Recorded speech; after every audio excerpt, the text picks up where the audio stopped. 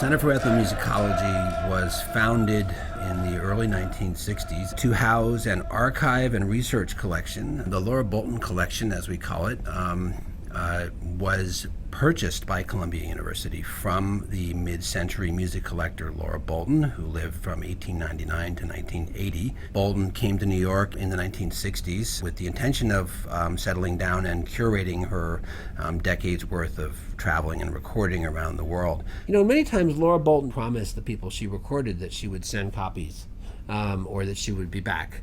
It's clear from her writing and her notes and so forth that she made these promises and never kept them. And so even on a minimal level, making sure copies get back to people is really just closing a circle that was opened 50 years ago.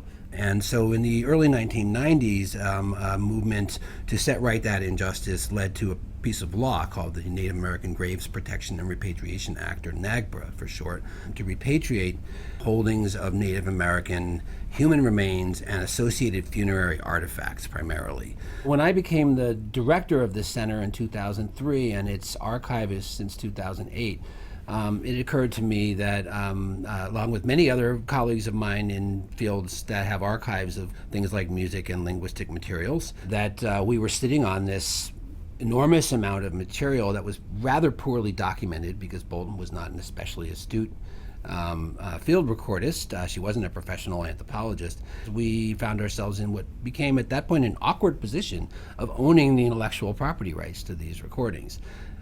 So repatriation in the Center for Ethnomusicology in the last decade here has been an extension of that idea that was enshrined in NAGPRA into the domain of cultural property, intellectual property, music, and dance. In one sense, we are repatriating a very clear thing, which is a set of rights. Of course, we're repatriating copies of recordings in many forms. CD sets have gone to hundreds of families. I've gone as far as making cassette sets for families that don't have CD players. I've seen, kids all over Barrow, Alaska have these repatriated songs on their iPods mixed in between hip hop and heavy metal, which they've downloaded from our website.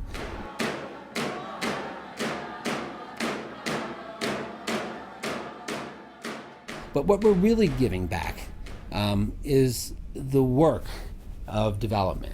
The labor of partnership, right? The idea that these didn't just sit here for 50 years.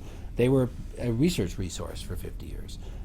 They were part of building the Center for Ethnomusicology. They were a rationalization, a basis for the center's being a funded institution was that we curated this archive. One discovers over doing the kinds of work we do that these kinds of materials have enormous value to the communities in which they were initially recorded and obtained, and that value needs to be realized as part of the process of making them available to new generations of scholarly and research users, let alone any kind of general public.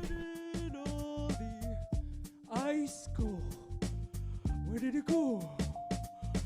Oh.